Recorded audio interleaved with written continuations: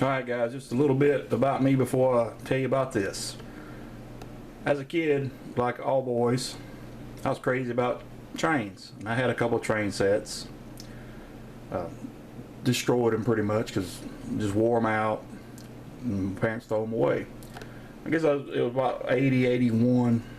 My parents asked me what did I want for Christmas, and I told them a couple things, and I said, how about a train set? Well, I got it. So Christmas morning, my father goes down to the shed and comes back with a 4x8 sheet of plywood. We laid it on top of my bed and mount the track to it, and we run that train. Well, I was fired up on the layout, and I was constantly buying accessories and more cars, and that train was a Bachmann with a Union Pacific engine. I don't recall the engine. It's no longer around. It actually had a problem Christmas Day. It didn't run right. So we took that train set back, and I took the money and went and bought F7 is my favorite engine. So I bought a Burlington Northern F7 and a Union Pacific F7. Now I like trains, but I wasn't into the road names at the time. But my father and I, we had a good time with that train set in my bedroom. When I moved out of my parents' house, I packed it all up, and then when I had room in my place, I actually brought that 4x8 sheet of plywood over and set the train back up and ran it until I got engaged, so it had to be packed up again.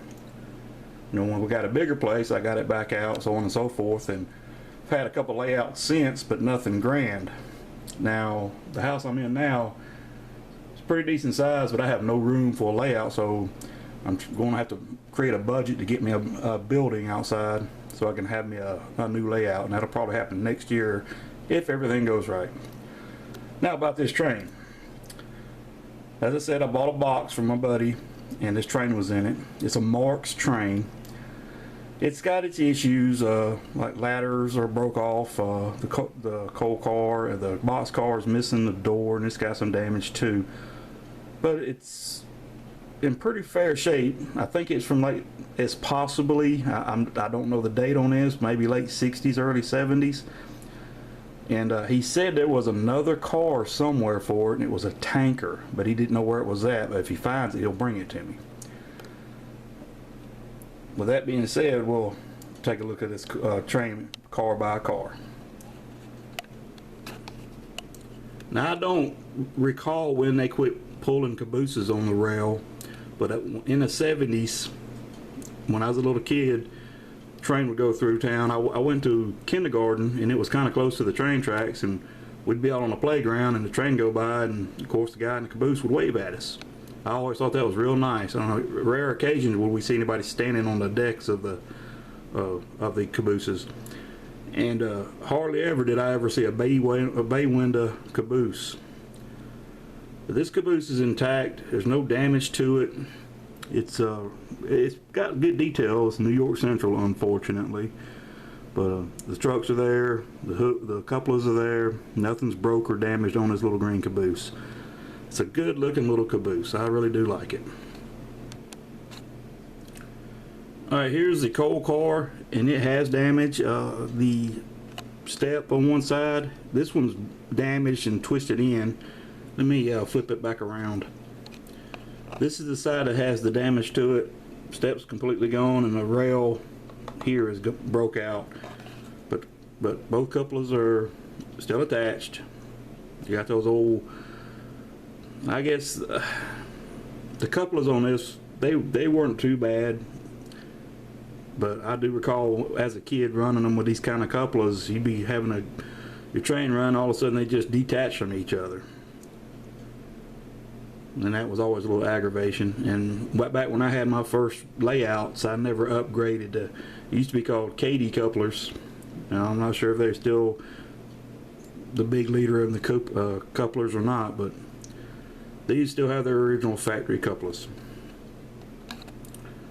Alright, there's the box car. It's in really good shape, except it's missing the door on the other side.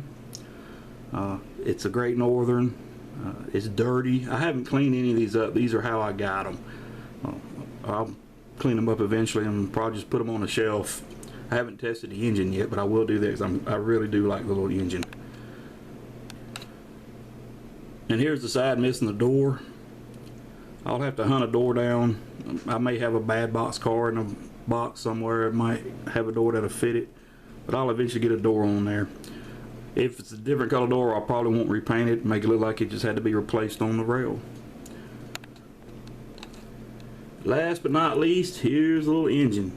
New Haven. I like this little engine. I haven't tested it, as I said. It's an awesome shape, and what really surprised me was that how heavy it was. But I guess it had, being that it's so compact, it does have a lot of weight to it. Nothing's damaged. As I said, it's all MARX cars and train, and it's I just got to get some track out and test it. I do have another train that I picked up at a it was a adoption shelter for dogs and cats, and they had a benefit yard sale, and I picked up a train set for $5 in the box of Tyco. I might do a video on that one as well. But that's the little switcher engine. I don't think I'll bring myself to repaint it if it works and I decide to use it on the layout I'm planning on building. I plan on doing it in central of Georgia or maybe southern. It'll be a southern road name, and I really do like central of Georgia, but time will tell. Alright, gang, that's it for this one on the MARX HO scale train. I want to thank you for watching it, and y'all have a great day.